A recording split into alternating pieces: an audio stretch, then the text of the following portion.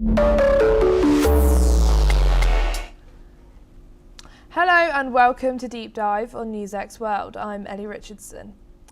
We're taking a deep dive into the controversial Save America Act, a bill that could change the way Americans vote forever. The big question is, this bill is a necessary measure to secure elections, or is it a ploy to suppress their voter rights? On February the 11th, 2026, the US House passed the Save America Act, a bill that demands all voters provide proof of citizenship before they can register to vote. Pushed by President Donald Trump, this bill is designed to prevent non-citizens from voting in federal elections. The bill, introduced by Congressman Chip Roy and supported by Senators John Croyn and Mike Lee, passed the House by a narrow margin, 2018 to 213. But the real fight is just beginning in the Senate. The Save America Act, or H.R. 7296, would require US citizens to provide documentary proof of citizenship, like a birth certificate or passport, to register to vote. It applies to both in-person and mail-in voting. What are the new voting rules? The Save America Act would require voters to submit proof of citizenship and present a government-issued photo ID when casting a vote, whether in person or by mail. These measures are intended to cut down on fraud, but they could also create major barriers for many Americans. President Trump, who's been pushing for stricter voting laws since 2020, is now ramping up efforts to tighten the election process with this bill, accusing elections of being rigged. He's calling this a necessary step to secure America's democracy. Furthermore, Trump's push for this bill fits into his continued narrative that US elections are rife with fraud and in need of reform. It's a direct response to his claims of a stolen 2020 election. But the bill is meeting strong opposition. Voting rights advocates warn it could disenfranchise millions of eligible voters, particularly communities of colour, low-income citizens, and young people who don't have easy access to the required documentation. Democrats have slammed the bill, arguing it could turn the 2026 midterms into a disaster. If passed, states would be forced to change their voter registration systems, creating chaos and delays. While the US is currently home to a record 53.3 million immigrants, the Save America Act primarily targets the registration process for the country's 349 million residents. However, the bill's strict show your papers mandate could be devastating, with over 21 million US citizens currently lacking a British certificate or passport. A significant portion of the eligible electorate faces immediate disfranchisement.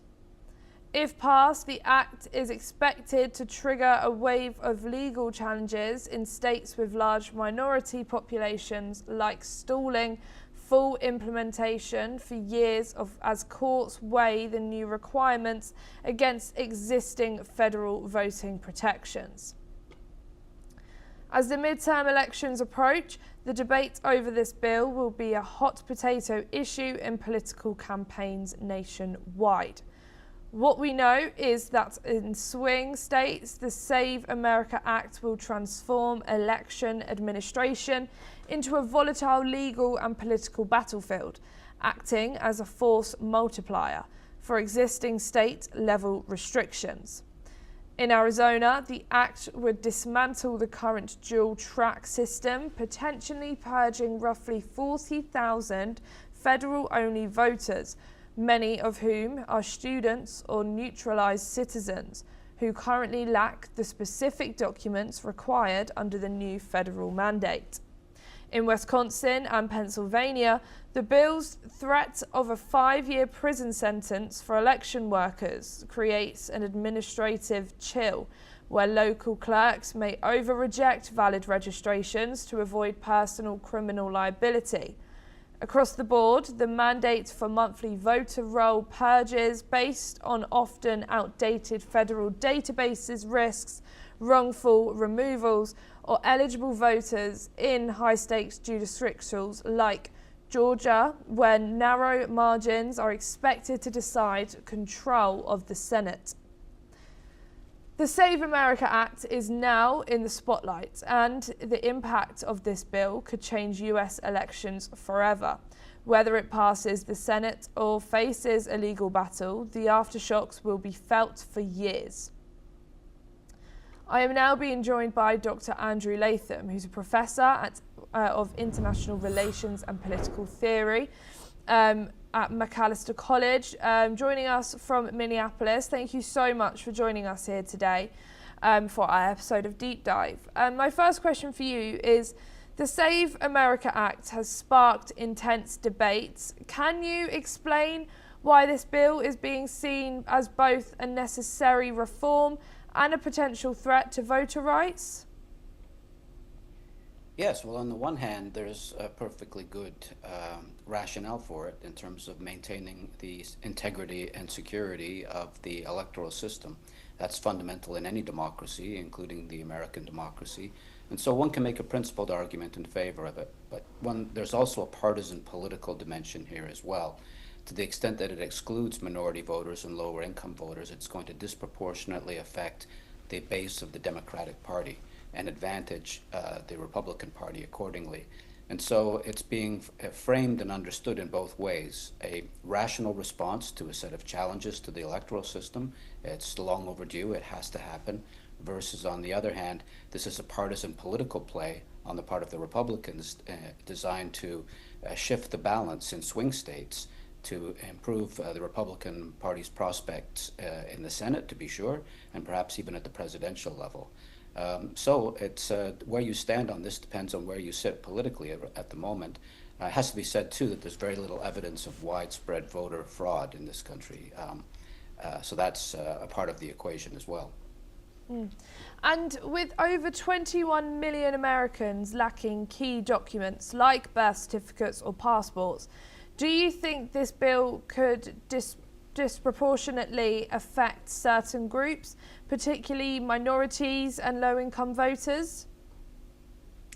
Yes, that's the line that's being trotted out by the Democrats and their supporters, and there's some reason to believe that that's very true.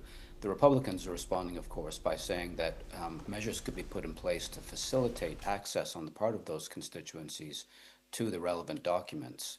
It could be made easier, it could be streamlined, it could be made less expensive. So again, there's two sides to that particular argument. It seems to me, based on the historical record, that it does disproportionately impact low-income and minority and rural and elderly voters. And those tend to skew towards the Democratic Party, although not entirely. And so, yes, again, it's even that question is highly politicized. And the bill's provisions on voter ID and proof of citizenship are creating political tensions. How do you think this will play out in swing states like Arizona, Georgia, and Pennsylvania in the upcoming midterms? Well, I don't see this as being, it's just not going to be passed quickly enough to affect the upcoming midterms. I really don't think, because as you pointed out, there will be legal challenges that will take months, if not years, to be sorted out. I don't think that the turmoil and turbulence will subside in time for this to impact the midterms, but it'll certainly be, well, not certainly, but likely be ready to go for the presidential elections next time around. And so, yeah, I'm not too concerned about, I am concerned because there'll be a lot of legal and political wrangling that takes place, but I don't think that'll be sorted out in time to affect the November elections. And President Trump has long claimed that US elections are rigged. How do you think the Save America Act fits into his broader narrative, and what are the implications for the future of elections integrity in the US? Well, election integrity could be tightened at the margins, but it's not a structural, core, fundamental, catastrophic problem at the moment. That's not the case. This is entirely consistent, of course, with President Trump's narrative around this issue. It's not surprising that he and his supporters, both in terms of the credibility of their claims, this is a problem, I'm going to fix it, that plays well with the base, but also in terms of advantaging his party in certain swing states in the upcoming future elections. So that's the way it's going to have an impact. This is kind of a solution to a problem that doesn't really exist except on the margins in a very minimalistic kind of way. But politically it plays well with his base, and politically it's going to work well to the advantage of the Republican Party. And that's maybe all that one needs to know about this particular act. Thank you so much, Dr. Andrew Latham, for joining us here today on this episode of Deep Dive. Thank you. My pleasure. And that wraps up this edition of Deep Dive. Stay tuned to NewsX World for more news and updates.